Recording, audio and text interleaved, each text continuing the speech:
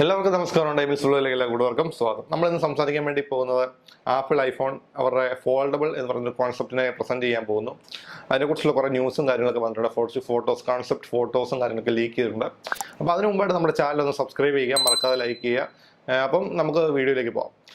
Okay friends, അപ്പോൾ നമ്മൾ സംസാരിക്കാൻ വേണ്ടി പോകുന്നത് ആപ്പിളിൻ്റെ ഐഫോൺ ഫോൾഡബിൾ ഫോണിനെ കുറിച്ച് നമ്മൾ പറഞ്ഞു. അതിന് മുമ്പായിട്ട് നമുക്ക് പറയുകയാണെങ്കിൽ അതിന് മുമ്പ് സാംസങ്ങും ഹുവാവയും അതുപോലെ തന്നെ മോട്ടറോള റീസെൻ്റ്ലി റേസർ എന്ന് പറയുന്നൊരു മോഡൽ ഇറക്കിയിരുന്നു. അപ്പോൾ സാംസങ്ങിൻ്റെ മോഡലുകൾ ആദ്യം ഇറക്കിയപ്പോൾ തന്നെ അതിൻ്റെ അതായത് ഫോൾഡബിൾ ജോയിൻസ് വരുന്നിടത്ത് കംപ്ലയിൻസ് കാണിക്കുന്നുണ്ട്, അല്ലെങ്കിൽ ക്രിയേറ്റേഴ്സ് അല്ലെങ്കിൽ റിവ്യൂവേഴ്സ് അത് റിവ്യൂ ചെയ്ത് കഴിഞ്ഞപ്പോഴത്തേക്കും അത് പ്രോപ്പർ കാണിക്കുന്ന ഡ്യൂറബിലിറ്റി പ്രോബ്ലംസ് ഒക്കെ കാണിക്കുന്നുണ്ടായിരുന്നു. എന്നാൽ ഇത്തരം പ്രശ്നങ്ങളൊക്കെ ആപ്പിൾ ഒരുപക്ഷെ പഠനത്തിന് വിധേയമാക്കിയിട്ടുണ്ടാകാം. കാരണം വെച്ചാൽ ഇത്തരം കാര്യങ്ങൾ എങ്ങനെ മാറ്റി നിർത്തിക്കൊണ്ട് നല്ലൊരു ഫോൾഡബിൾ ഫോൺ ഇറക്കാം എന്നതിൻ്റെ കോൺസെപ്റ്റിലേക്കായിരിക്കും ഒരുപക്ഷെ ആപ്പിൾ എത്തിയിരിക്കുന്നത്.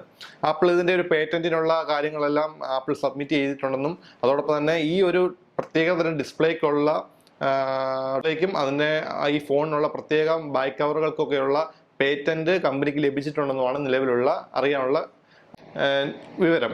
ഓക്കെ, അപ്പം ആപ്പിൾ എന്തുകൊണ്ട് എനിക്ക് ഒരുപക്ഷെ എല്ലാ പ്രമുഖ ബ്രാൻഡുകളൊക്കെ ഒരുപക്ഷെ ഫോൾഡബിൾ ഫോണിലേക്ക് വന്നുകൊണ്ടായിരിക്കാം ആപ്പിളും ഫോൾഡബിളിലേക്ക് വരുന്നത്.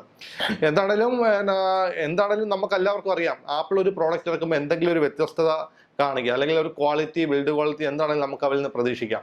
നിലവിൽ റേസർ ഫോണുകൾക്ക് അല്ലെങ്കിൽ റേസർ പോലത്തെ മോട്ടറോള മോഡലുകൾക്കൊക്കെ പ്രൈസ് കുറച്ച് കൂടുതലാണ്.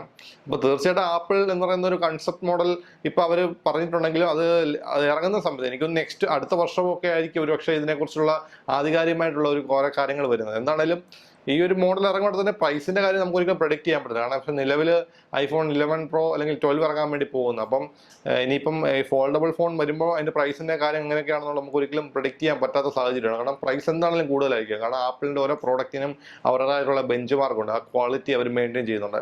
തീർച്ചയായിട്ടും മറ്റ് കമ്പനികളിൽ ഇറക്കിയ കംപ്ലയിൻസ് അല്ലെങ്കിൽ ഡ്യൂറബിലിറ്റിയുടെ പ്രശ്നങ്ങളോ കാര്യങ്ങളോ ഒന്നും ഇല്ലാതായിരിക്കും ആപ്പിൾ ഇറക്കുന്നത്, യാതൊരു സംശയവുമില്ല.